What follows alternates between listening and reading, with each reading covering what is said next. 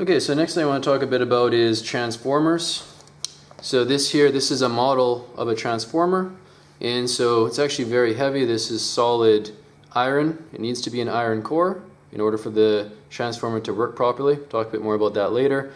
And we can see that we've got two coils. So coil on one side, coil on the other side. The important thing to note here is that the two coils are not directly connected. So there's no wire that goes from one side to the other. And the reason for that is because the transformer works entirely off of electromagnetic induction. So the reason why we get, so let's say that this side here is the primary side, and let's say that's attached to your, whatever is generating the electricity. So that's the generator side, and this is the supply side, which is connected to whatever you're supplying. It could be a house, could be a business, could be a school, whichever. Now, if we get a current that flows through this coil here, then what's going to actually happen is we're going to get an induced current in the secondary coil on this side. So this is your primary side, is connected to the generator, and this is the secondary side connected to whatever you're supplying. And if we get a current that flows through the primary coil, we get a current that is induced in the secondary coil. Now, in fact, mathematically, this is best described by Faraday's law. So an EMF is produced when we get a changing flux with respect to time. So a changing flux means that we have essentially a changing magnetic field with respect to time. Now, in order for the magnetic field to be changing, that means that we're going to have to connect this to an alternating current source. Because if we think about just using the grip rule, if the current flows one direction, my magnetic field is this way. If my current then switches direction and goes the other way, now my magnetic field direction also reverses. So with alternating current, it's constantly, the field direction is constantly oscillating back and forth. Much more quickly than that, it would be oscillating probably about 100 times a second back and forth. So we're getting a continuously changing flux with respect to time in the primary coil, and that then causes a changing flux in the secondary coil, which then induces an EMF, and that then produces a current. Okay, so that's really how the transformer works. Now, the importance of the transformer is that it can be used to step up or step down the voltage. Okay, so depending on what the ratio is between the number of loops in the primary and the number of loops in the secondary, it's going to be the same ratio between the voltages. So in this case here, if we look at it as is right now, in the primary side, what I've identified as the primary side says that we've got 500 turns, and on the secondary side, I don't think that it says directly on here.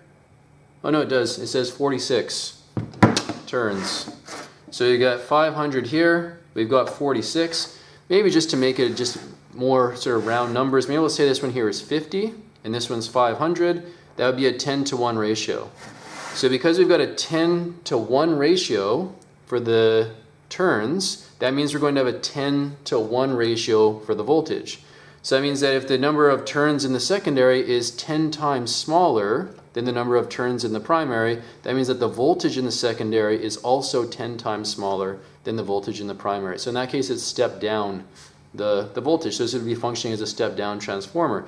Now, if I were to turn it around, and now on this side, again, we'll just use a round number of, let's say, 50, and this is 500. Now it's a 1-to-10 ratio. That means that the voltage is actually being stepped up by a factor of 10. That's a step-up transformer. Now, the significance of stepping up the voltage is that ultimately we need to provide a certain amount of power. Let's say that we've got 1,000 houses in a particular area that we want to supply with power. Now, let's say at any given moment that each house requires, let's say, 1,000 watts, okay? That means that we need a total of about 1,000,000 watts of power to be delivered to that area. That's a lot of power, okay? Now remember that power is given by current times voltage, okay? So ultimately what comes out of the outlets is 240 volts. So if we were to not step up the voltage or step it down again, we were to leave it at 240 volts the entire time, we'd be looking at a very, very large current in the lines, because basically the current would be 1,000,000 divided by 240. It'd be a very high current. Now this is an issue because the power loss in the lines is given by P equals I squared R. So that means that the bigger the current in the lines, the bigger the power loss. So if we have a lot of power loss, obviously that's going to be a very inefficient system, and our goal is to actually limit the power loss. So the way that we do this, well, we still want to supply 1,000,000 watts of power, but we want to do it at as low a current as possible. So the only way that we can do that is we have to actually increase the voltage as high as possible, and that's where the transformer comes into it. That's your step-up transformer. So when we step up that voltage, and we're going to step it up a lot more than 10 times, it's going to go up. Generally, it's going to be transmitted somewhere, it depends on which stage of the transmission you're in. It could be as high as 60, 70,000. It could be something maybe more around the lines just outside that are on your street. It might be around 40,000 volts. So either way, we want the voltage to be quite high, and eventually it's going to get stepped back down to 240 volts where it comes out of the outlets, because it's not going to be safe to have 40,000 volts coming out of the outlet, and it's completely unnecessary. So that's sort of the importance of the transformer. So the key points here are that we need to hook it up to an alternating current source. So that's essential, because if we hook it up to a direct current source, what's going to happen is that when we first turn it on, well, the flux will be changing with respect to time, because it's going to go from 0, because there was no current previously, so we have no magnetic field. It's going to go from 0 to some value. But then as soon as it reaches that value, and if it's direct current, that magnetic field is not changing.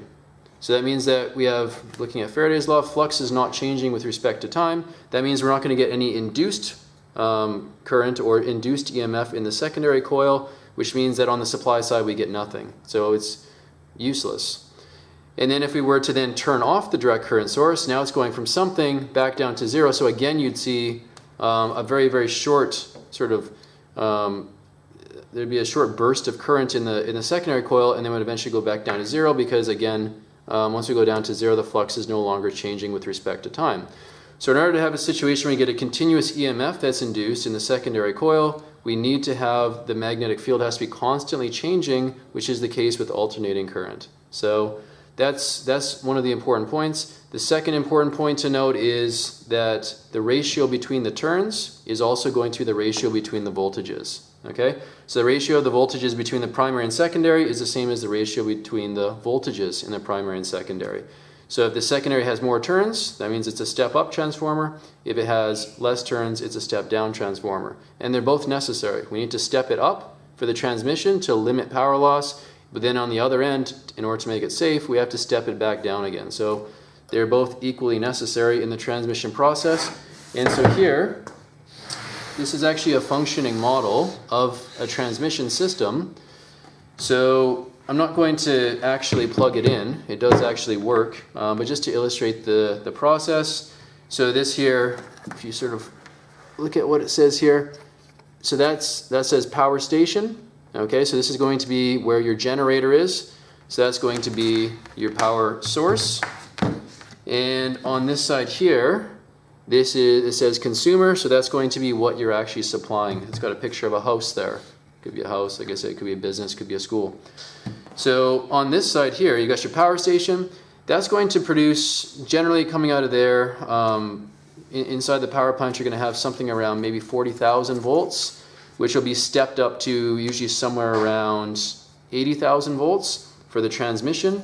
And you'll see these sort of transmission towers. And the reason why they are shaped this way and the reason why they're so high up is because the voltage is extremely high. Like I said, around 80,000 volts. Now this is a bit of an oversimplification because generally it's going to be stepped down twice.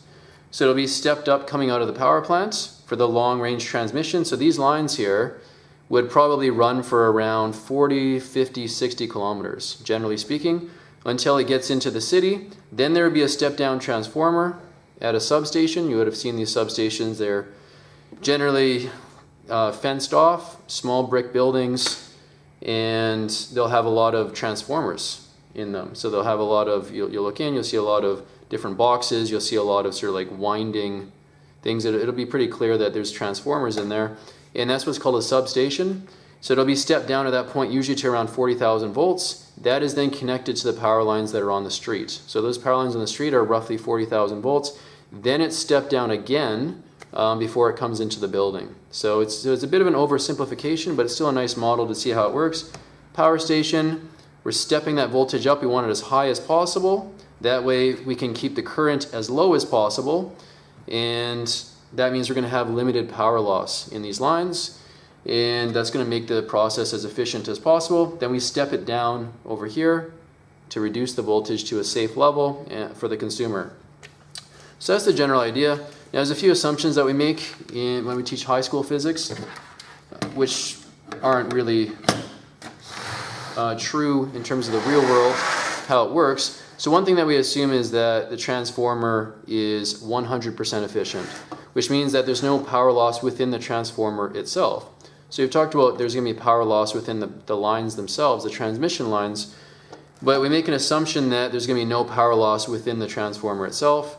In actuality, this is not a good assumption. What does happen is that we actually, because this is iron, we do actually sometimes get, and it is a conductor, we actually do get these little currents that will form in here.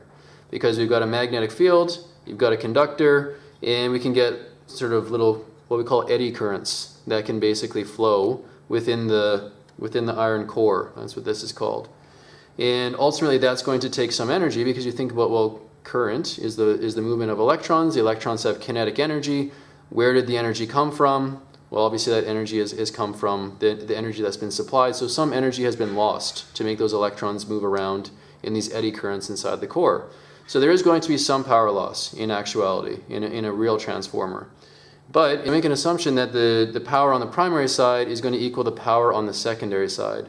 So remember, again, power is given by IV. So that means I times V in the primary side equals I times V in the secondary side. Okay, so we can see that as if the power that's being supplied is constant, as the voltage goes up, then that means that the current goes down. And that's the whole thing with the step-up transformer. That's going to reduce power loss. Now, on the other side, if let's say we're doing a step-down transformer, well, then the voltage goes down, the current's going to go back up. So that's how transformers work.